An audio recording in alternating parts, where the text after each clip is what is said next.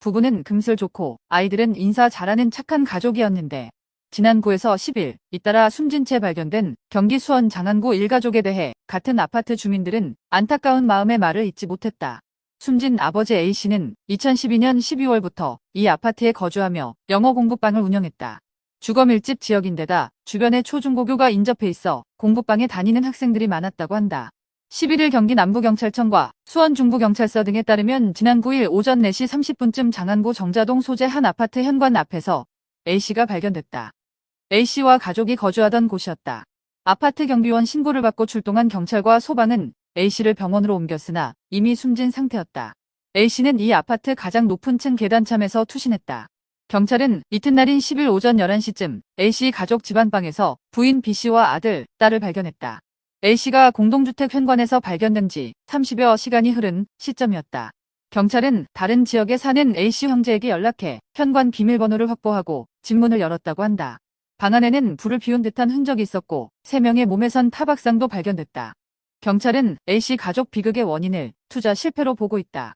A씨가 해외 직접 구매 대행 법인 등에 3억여 원을 투자했다가 약속된 수익금을 돌려받지 못하자 비관한 정황이 드러났기 때문이다. A씨 부부 공동명의의 이 아파트엔 지난해 7월 7억 8천여만 원의 금융기관 근저당이 설정됐다. 부동산 융자금 중 절반가량을 비슷한 시기 해외 직구 물품을 소셜커머스에서 유통하는 회사에 투자했는데 수익금을 받지 못한 것으로 전해졌다.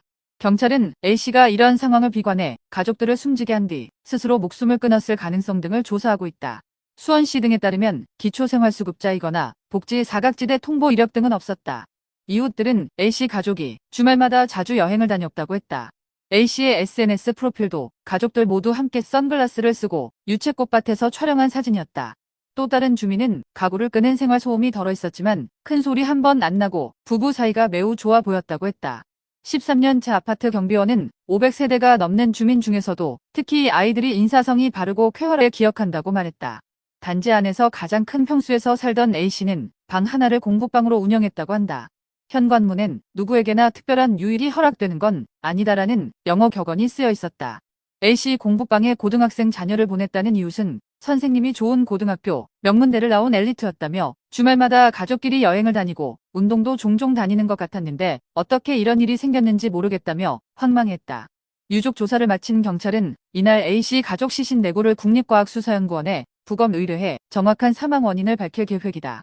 경찰 관계자는 정확한 사망 원인을 확인하기 위해 부검을 의뢰했다며 금전 문제로 일가족이 숨진 것으로 추정되는 만큼 채권, 채무 관계인을 불러 조사할 방침이라고 말했다.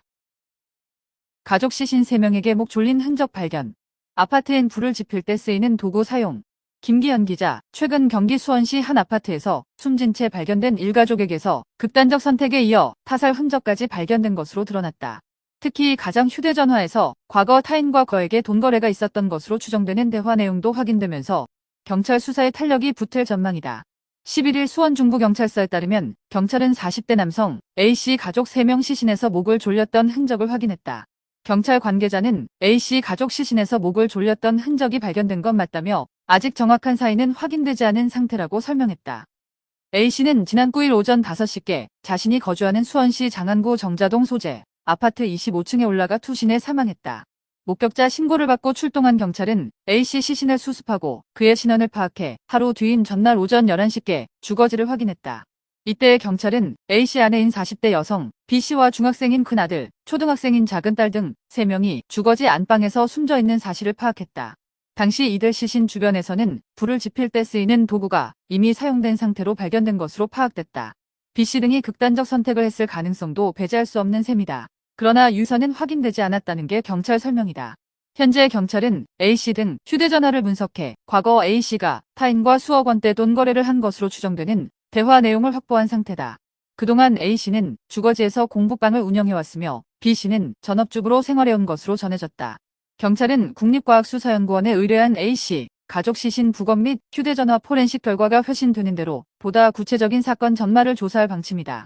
경찰 관계자는 A씨 가족 시신에 대한 국과수 부검 결과가 나오기를 기다리고 있다며 현재 수사 중인 사안이어서 자세한 설명은 어렵다고 말했다. 서울 뉴시스 하다임 인턴 기자, 경기 수원시 한 아파트에서 일가족 4명이 숨진 사건과 관련해 추락해 숨진 40대 가장 A씨가 지인에게 빌려준 돈 3억 원을 돌려받지 못한 상황을 비관한 것으로 잠정 조사됐다.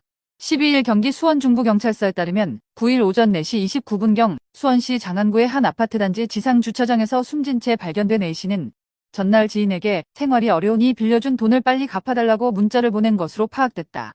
경찰은 A씨가 빌려준 금액이 3억 원에 달하는 것으로 추정하고 있다.